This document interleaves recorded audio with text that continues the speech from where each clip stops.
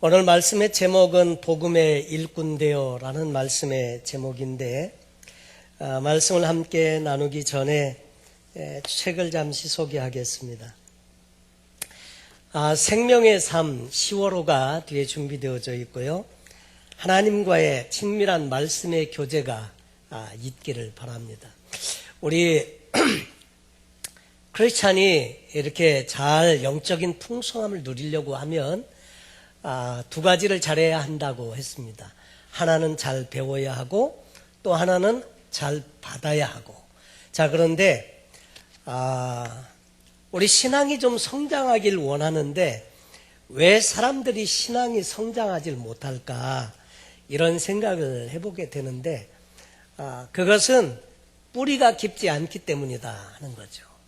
뿌리가 근본이고 보이지 않는 것이지만은 가장 중요하다고 하는 거죠. 제가 분재를 그전에 좀 이렇게 좋아했었습니다. 지금은 분재를 잘 하지 않지만 분재를 하면 조그마한 나무인데도 불구하고 고목나무같이 아주 오래된 나무처럼 그런 분위기를 만들어서 참 즐기고 하는데 많이 좋아했었습니다. 근데 분재가 왜 나무가 크지 못하나 성장을 억제하기 위해서 뿌리를 가둔다는 거죠. 그러니까 뿌리가 더 이상 뻗어나가서 영양분을 이렇게 흡수해 올 수가 없는 환경이기 때문에 나무는 자라질 못하는 거예요. 우리가 일부러 분재를 하는 것도 아닌데 우리는 어떤 측면에서 보면 이 신앙을 분재처럼 이렇게 하기 쉽다는 거죠. 모양은 그럴듯하고 보기 좋은데 깊이가 없고 그리고 뿌리가 깊지 못하니까 영양분을 마음껏 받아들이질 못하니까 결국은 자라지 못한다는 거죠. 여러분, 분재보다는 자연에서 모진 비바람도 맞으면서 그러면서 거목으로 크게 되시기를 바랍니다. 그러려고 하면 철저히 하나님 말씀과 기도를 통한 영적인 은혜를 계속 공급받는 일이 필요하다고 하는 겁니다. 그래서 하루의 말씀, 일주일에 2시간 우리 쓰자고 메일을 보내드렸는데 정말 일주일에 2시간은 주일날을 제외하고 매일 20분씩만 시간을 보내면 하나님과의 경건의 시간을 위해서 2시간은 보낼 수 있습니다. 아무리 못해도 20분, 24시간 중에 20분은 우리가 그분을 위해서 쓸 수 있지 않나. 말씀을 아침에 일어나셔서 읽으시고요. 그리고 이 말씀 속에서 하나님의 음성을 듣고 그대로 순종할 수 있게 해달라고 한번 기도해 보시기 바랍니다. 그러면 신앙이 자랍니다. 깊은 산에 있는 그 레드우드나 세코야 나무나 여러분 레드우드나 세코야 나무는 참 얼마나 큰지 이 세코야 나무는 지구상에 살아있는 생명체 중에 가장 큰 생명체가 세코야 나무인데 수령이 3,000년이 넘습니다. 레드우드도 비슷한데 레드우드는 이게 이 나무의 두께가 세코야보다는 조금 미치지 못하지만 키는 더 큰 위로 쫙 뻗어 올라가는 그래서 130m까지 자란다는 거죠. 역시 안 놀래기는 마찬가지시네요. 100m 달리기를 하려도요 숨이 차잖아요. 그걸 위로 자란다고 한번 생각을 해보세요. 고층 빌딩 높입니다. 대단합니다. 세코야 나무도 그 밑에 가서 그 나무를 쳐다보면 기가 질리잖아요. 그 위치 에너지 때문에 기가 내려온다. 에너지가 있다. 거대한 나무. 근데 이 뿌리가 세코야 나무는 뿌리가 반경 1마일을 간다 이거죠. 놀랐어요? 근데 놀랐는데 소리가 조금 이상했어. 근데 정말 이게 뿌리가 그렇게 1마일을 갈 정도로 뿌리가 중요하다는 거죠. 근데 그렇게 아름드리 큰 세코야 나무도요, 뿌리가 비바람에 땅이 깎여 나가면서 뿌리가 드러나게 되고 넘어져 버리면 죽어요. 그래서 우리도 그 하나님께 말씀의 깊은 뿌리를 내리시고 그 속에서 영적인 자양분을 빨아들이시고 그래야 우리의 신앙이 성장하고 자란다 하는 거죠. 그래서 여러분 한 달에 성경 말씀이지만 이 말씀 속에 좋은 도전을 받으시고 그분과 교제하는 시간이 있게 되기를 바랍니다. 두 번째 제가 하나 또 추천해 드리고 싶은 책은, 이 책은 좀 두꺼워서 아마 여러분이 돈 주고 사시지는 않으실 것 같고 말씀과 연관해서 한번 소개를 해드리면 찰스 콜슨이라고 하는 분이 있습니다. 이분은 킹메이커였습니다. 대통령을 만든 사람이었는데 선거를 치르고 하면서 좀 비리들이 있어가지고 나중에 감옥에 가게 되죠. 정말로 미국의 실세였던 사람입니다. 그래서 그렇게 잘 나가던 사람이 하루아침에 감옥으로 이게 가게 되면서 인생이 완전히 새로운 국면에 접어들게 됩니다. 그 감옥에서 이분이 예수님을 만나게 돼요. 좋을 때 잘 나갈 때는 사람들이 하나님을 잘 생각 안 해요. 그런데 정말 위기 가운데 처하면 비로소 자기의 본전이 드러나게 되고 그래서 자기 인생을 깊이 묵상하고 생각하게 되는 그런 일이 생기죠. 그래서 감옥에서 이분이 복음을 듣고 예수 그리스도를 영접을 하게 됩니다. 그러면서 예수를 영접하고 그리고 난 다음에 나중에 이분이 특사로 또 이제 풀려나오게 되고 나온 다음에 교도소 사역을 하시게 됩니다. 감옥 사역을 하게 되는데 이분이 쓴 이 책 제목은 그리스도인 이제 어떻게 살 건가? 어떻게 살 건가? 여러분 살기는 다 마찬가지예요.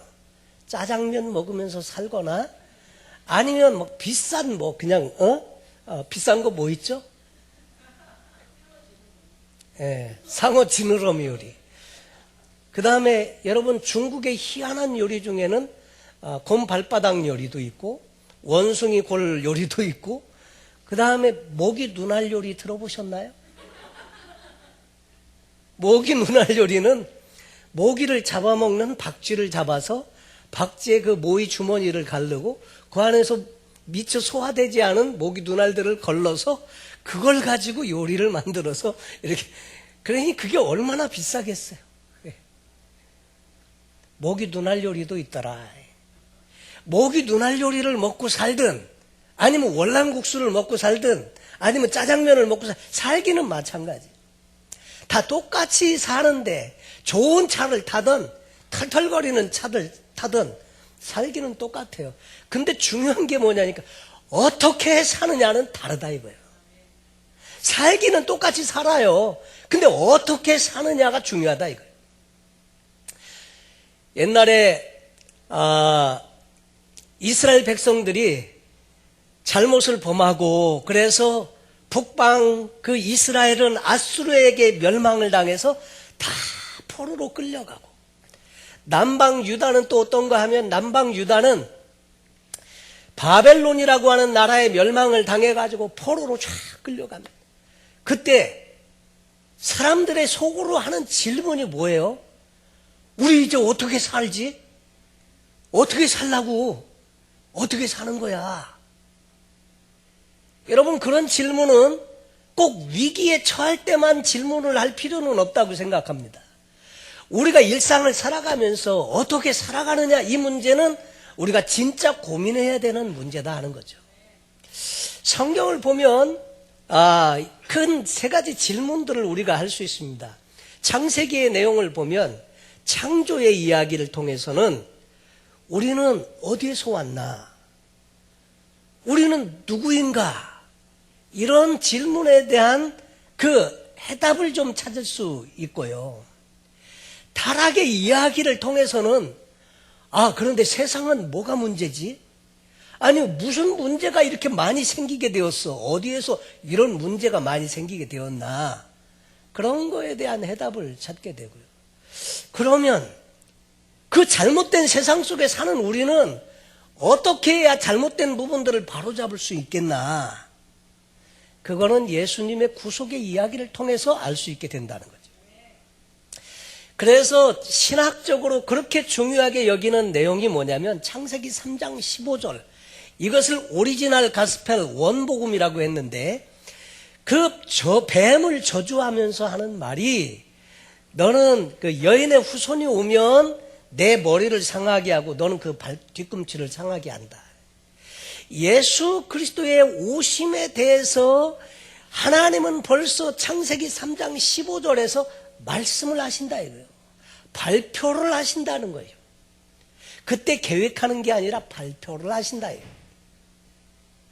그러면서 구약의 모든 역사는 그 예수 그리스도가 오시도록 하기 위한 역사입니다. 그래서 그 창세기 3장 15절이 어떻게 신약시대에 와서 이루어졌는가, 거기에 대한 모든 경과 과정들을 소개해주고 있고, 신약 성경에 와서는 그 예수가 어떻게 이 땅에 오시게 되었는지, 성령으로 잉태하시고 동정녀 마리아에게서 태어나시고, 그리고 그분은 어떤 삶을 살았으며 그분이 이루어 놓으신 일은 무엇인지, 그것들을 우리에게 소개해주고 있습니다.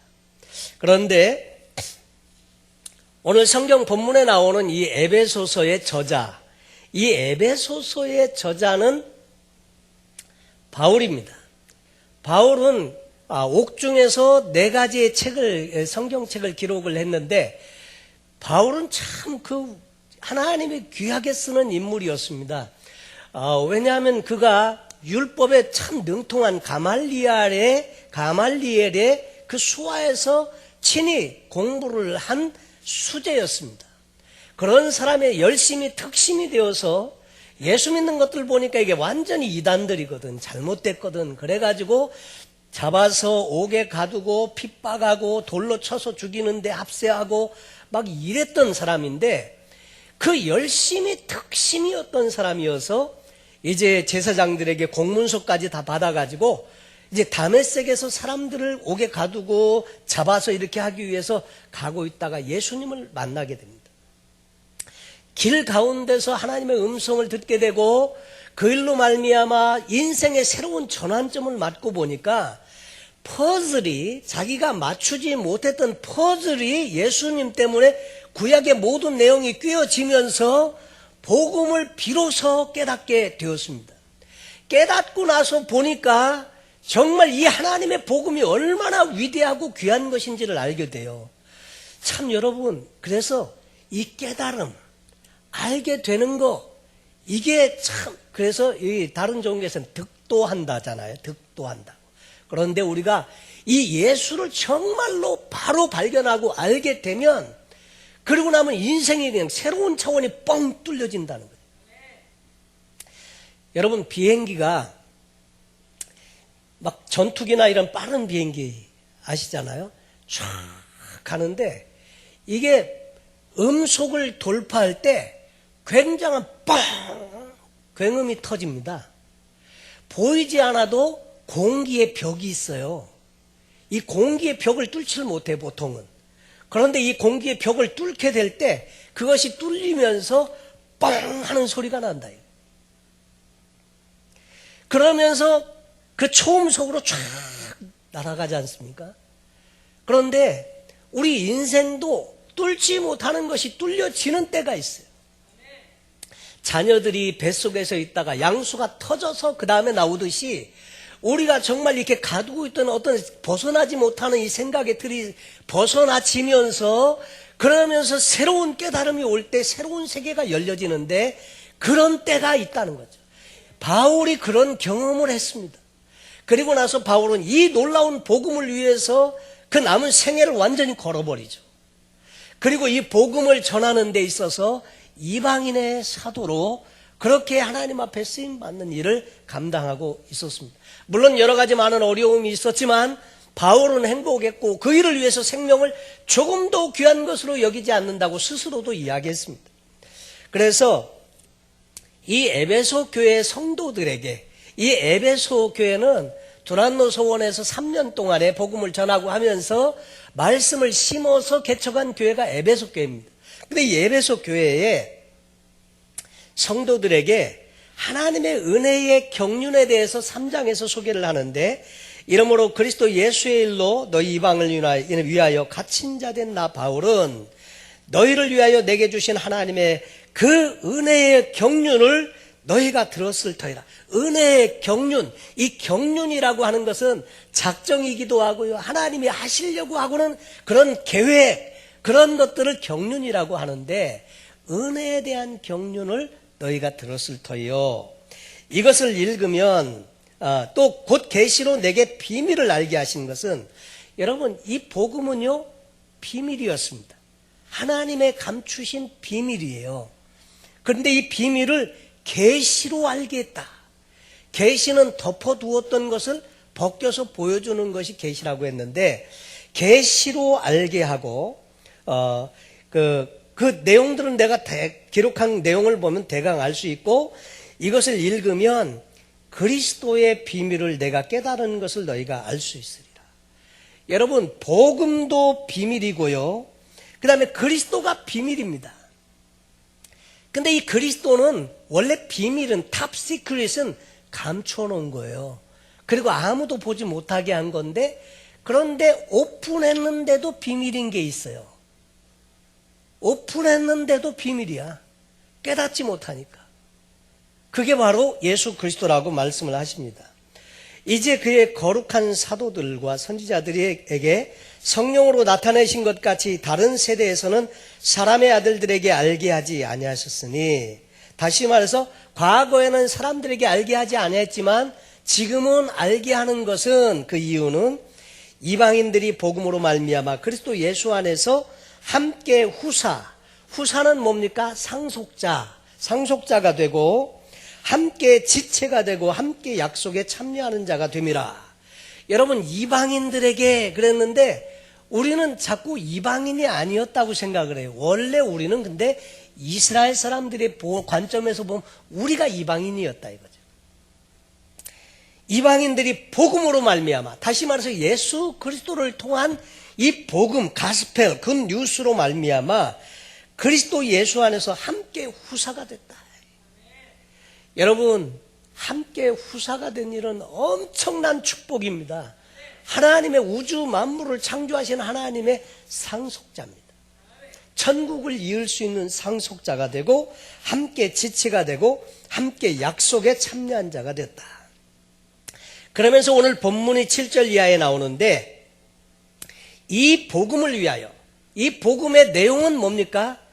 예수 그리스도를 통한 하나님의 구속입니다. 원래 그래서 인류는 타락했고 완전히 멸망할 수밖에 없는 존재였는데, 하나님은 예수 그리스도를 보내시고 그를 믿음으로 말미암아 구원을 받는 놀라운 길을 예비해 두신 것, 이것이 복음이고 굿뉴스고, 이것이 비밀이고, 이것이 그래서 성경에 말하는 복음인데, 이 복음을 위하여 그의 능력이 역사하시는 대로 내게 주신 하나님의 은혜의 선물을 따라 내가 일꾼이 되었노라. 예. 여러분, 이것은 복음을 깨달은 사람들만 가능합니다. 이 복음을 위하여 내가 일꾼이 되었다. 일꾼. 네. 자원한 일꾼입니다. 스스로 그렇게 감당하고 싶어서 일꾼이 되길 원했고, 하나님이 그를 픽업했다는 거죠. 그러면서 8절에 자신의 존재를 이야기하는데, 모든 성도 중에 지극히 적은 자보다 더 작은 나에게, 또 뒤에 가서는 바울이 또 깨닫는 은혜가 더 깊어지니까 또 이래. 죄인 중에 괴수. 그전에는 지극히 작은 자 중에 더 작은 나에게 이랬는데, 나중에 더 지나가면 죄인 중에 괴수예요. 완전히 그냥.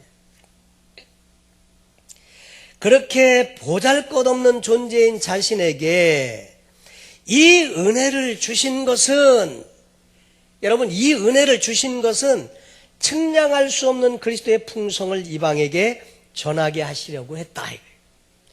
여러분, 오늘도 우리에게 이 귀한 복음의 말씀을 알게 하시는 것은 우리만 이 복음을 알고 구원받고 하나님의 후사가 되고 상속자가 되도록 하기 위한 것만이 아니라 우리도 그렇게 될 뿐만 아니라 이 놀라운 소식을 다른 사람들에게 전하게 하기 위해서이다. 그 말을 우리에게 해주고 있는 것입니다. 그래서 이 복음에 대해서 영원부터 만물을 창조하신 하나님 속에 감추었던 비밀의 경륜이 계속 계획을 가지고 있었지만 사람들에게 알게 하지 않았습니다. 감추어 두었습니다. 비밀에 붙였었습니다. 근데 이 비밀의 경륜이 어떠한 것을 드러내려 하심이라. 이 비밀의 경륜은 예수 그리스도를 통해서 창세기 3장 15절에 말씀하신 것처럼 그래서 보내서 그 뱀의 머리를 상하게 하시고 그 예수를 믿음으로 우리가 구원받는 이 놀라운 은혜, 이것을 비로소 이제 드러내게 하시려고 그래서 부르셨다고 하는 것입니다. 이는 이제 교회로 말미암아 하늘에서 정사와 권세들에게, 교회로 말미암아, 다시 말해서 저와 여러분으로 말미암아 그래서 하늘에서 정사와 권세들에게 하나님의 각종 지혜를 알게 하려 하심이니, 영적인 무리들에게 이제 알게 하기를 원했다. 곧 영원부터 우리 주 그리스도 예수 안에서 예정하신 뜻대로 하신 것이라. 미리 하나님은 예정하셨습니다. 그 뜻대로 지금 그렇게 해왔던 구속의 복음, 그것을 알게 하시려고 하신다. 우리가 그 안에서 그를 믿음으로 말미암아, 여러분, 그래서 믿음, 신앙생활이라고 하는 것은요, 믿음 생활입니다. 믿음을 갖기 시작하는 그때로부터가 비로소 신앙생활이에요. 그러나 내가 예수를 믿기 전까지는 신앙생활이 아니고 그냥 기독교 문화생활 속에 있는 거예요. 그 차원에. 그 차원을 뛰어넘어야 예수 그리스도를 믿게 되고 그분을 비로소 내 삶의 구주로 영접하는 순간부터 신앙생활이 되는데, 그래서 우리가 그 안에서 그를 믿음으로 말미암아 담대함과 하나님께 당당히 나아감을 얻느니라. 그를 믿음으로 말미암아 어떻게 됐다고요? 담대함이 있어요. 하나님께 당당히 나아감을 얻어요. 이 말은 뭐냐면, 과거에 그 제사를 드릴 때 성소에서 제사를 드립니다. 짐승을 죽여서 그 피를 가지고 제단에 뿌리고 그 다음에 그 짐승을 태워서 드리고 그 피를 받은 것을 가지고 성소에 들어가서 그 다음에 또 성소 안에 있는 지성소 안에 들어가는데, 제사장도 죄가 있으면 죽었어요. 그 지성소나 성소 안에서. 그랬는데 그 지성소는 또 아무도 못 들어가. 1년에 한 번 대제사장밖에 못 들어가요. 그런데 누가 감히 거길 들어갑니까? 들어갔다가는 그날로 이제 장사 지내를 그러니까 장례 예배를 치러야 돼. 그러니까 이게 함부로 들어갈 수 없어요. 그리고 하나님의 얼굴을 뵙는다는 것은 너무나 두려운 일이에요. 요즘 우리는 좋으신 하나님만 너무 많이 알지 진짜 이렇게 두려운 하나님을 잘 몰라요. 그런데 이 하나님으로 이 성경에 말씀하시는 내용은 그런 하나님이에요. 지존하신 하나님이에요. 그러니까 아무도 그 앞에 함부로 못 나갑니다. 왕 앞에만 나가도요, 왕 앞에 나가도 땅에 배 깔고 엎드려야 돼. 이렇게 왕 앞에 나갈 때요, 옛날 고대 왕 앞에 나갈 때는 배 깔고 이게 엎드려야 돼요. 근데 하나님 앞에 잘못 나가면 자기 스스로 죽어요. 그런데 지금은 어떻게 됐냐면 사람들이 겁이 없어져서 담대해졌어요. 그 전에 저희 그 텍사스에서 목회할 때 어느 그 집사님 한 분이 운전을 너무 심하게 해요.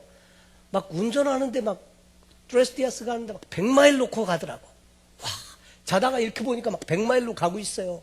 와, 근데 막 휘청하니까 막 진짜 큰일 나게 생겼더라. 집사님, 80마일 미만으로 낮춰 사정을 해가지고 낮췄는데, 그분이 하시는 말씀, 목사님, 저는 운전을 독일에서 아우토반에서 배웠는데요, 하나님이 저한테 운전하는데 담대함을 주셨어요. 담대함을 줬대. 감당이 안 돼. 근데 여러분, 그런 담대함이 아니고요. 하나님 앞에 나가는데 이 담대함이 생겼어요. 왜요? 예수님 때문에. 예수님이 십자가에 달려 죽으실 때 성소의 휘장이 쫙 찢어졌다고 했잖아요. 그래서 그를 향하여 우리의 가진 바 담대함이 이것이니 무엇이든지 그의 뜻대로 구하면 그분께서 이루어 주신다고 했습니다. 여러분, 예수님의 피로 말미암아 구속함을 받았고 하나님의 자녀가 되었기 때문에 이제 하나님의 보좌 앞에 나가는데 담대해졌다 이 말입니다. 그 전에 두려워서 이렇게 구하지 않고요. 하나님, 우리 아버지, 그 아버지라고 부르면서 그 앞에 나간다는 거죠. 그래서 여기 말씀에 우리가 그 안에서 그를 믿음으로 말미암아 담대함과 하나님께 당당히 나아감을 얻느니라. 여러분, 여기 두 가지 담대함이 있고요, 당당히가 있어요. 하나님께 당당히 나아감을 얻느니라. 그러므로 너희에게 구하노니 너희를 위한 나의 여러 환난에 대해서 낙심하지 말라. 이것이 너희의 영광이다. 그러면서 그 바울의 두 번째 기도가 등장을 하는데 거기에 보면 이렇게 말씀합니다. 그러므로 내가 하늘과 땅에 있는 각 족속에게 이름을 주시는 아버지 앞에 무릎을 꿇고 비노니 그 영광의 풍성을 따라 그의 성령으로 말미암아 너희 속사람을 능력으로 강건하게 하옵시며. 에베소 성도들을 향한 이 사도 바울의 기도 내용입니다. 믿음을 따라서 그의 성령으로 말미암아 너희 속사람이 능력으로 강건하게 하옵시며. 여러분, 소원하기는 여러분의 속사람이 그리스도의 능력으로 성령으로 말미암아 강건해지시길 바랍니다. 그리고 또 17절에 보니까 믿음으로 말미암아, 계속 믿음으로 말미암아, 성령으로 말미암아 이렇게 나오는데, 믿음으로 말미암아 그리스도께서 너희 마음에 계시게 하옵시고 너희가 사랑 가운데서 뿌리가 박히고 터가 굳어져서, 그러니까 그리스도의 그 엄청난 사랑 가운데서 뿌리가 박히고 터가 굳어져서 능히 모든 성도와 함께 지식에 넘치는 그리스도의 사랑을 알아서 그 넓이와 길이와 높이와 깊이가 어떠함을 깨달아 하나님의 모든 충만하신 것으로 너에게 충만하게 하시기를 구하노라. 다시 말해서 사도 바울의 기도는 정말 하나님을 깊이 알고 그 놀라우신 사랑에 엄청나게 크신 것을 알아서 그리스도의 충만함으로 너희를 채워주시기를 간구한다, 그 말입니다. 여러분, 오늘 말씀에 복음의 정말 귀한 은혜를 경험한 이 사도 바울은 복음을 따라서 정말 믿음으로 말미암아 사도가 되었고, 그리고 이제는 그의 사는 삶의 목적을 이 복음 전하는 데 초점을 맞췄다고 하는 것입니다. 여러분, 처음에 질문한 질문, 그리스도인 이제 그러면 어떻게 살 것인가? 우리는 이제 어떻게 살 것인가? 대충 아무렇게나. 그게 아니고요, 사도 바울을 따라서 오늘 말씀에 있는 대로 그 말씀이 그 하나님의 놀라우신 풍성한 은혜와 사랑이 얼마나 큰지를 깨닫고, 그리고 복음의 일꾼 되시기 바랍니다. 우리가 이 땅에 사는 이유는 그것입니다. 물론 사는 삶의 목적은, 그 양상은 다 달라요. 사는 방식도 다르고, 저처럼 목사로 헌신한 사람이 있는가 하면 때로는 가정주부로, 때로는 직장인으로, 때로는 사업하시는 분으로, 저마다 삶의 양상은 다 다르지만, 그러나 사는 그 삶의 목적은 뭐예요? 하나님의 영광을 위해서 사는 것인데, 그 하나님의 영광을 위해서 사는 것은 이 복음의 일꾼 되어서 이 복음을 위해서 사는 것이다 하는 것입니다. 그래서 이것을 분명하게 깨닫고 이웃들과 더불어서 이 복음을 나누는 삶이야말로 진정한 그리스도인이 남은 인생을 살아야 하는 삶의 양식이고 방식이고, 그것이 삶의 고울이다 하는 것입니다. 제자는 누가 제자이냐? 제자훈련반 성경 공부도 물론 마치고 필요하지만, 그것도 중요하지만, 그러고 난 다음에 복음적인 삶을 사는 것, 이것이 제자다 하는 거죠. 이웃들과 복음을 나누는 것. 이것이 필요하다는 것입니다. 여러분, 복음의 일꾼 되어서 사실 때 오늘 사도 바울의 그 기도와 같이 너희가 사랑 가운데서 뿌리가 박히고 터가 굳어져서 능히 모든 성도와 함께 지식에 넘치는 그리스도의 사랑을 알고 또 그 넓이와 길이와 깊이와 높이가 어떠함을 깨달아 하나님의 모든 충만하신 것으로 너에게 충만하게 하시기를 구하노라. 그럴 때 하나님의 충만함이 비로소 임합니다. 충만한 가운데 마음껏 누리시고 전하시는 여러분의 남은 생애가 복음의 일꾼된 삶이 되시기를 예수님의 이름으로 축원합니다. 기도하겠습니다. 하나님 아버지 감사합니다.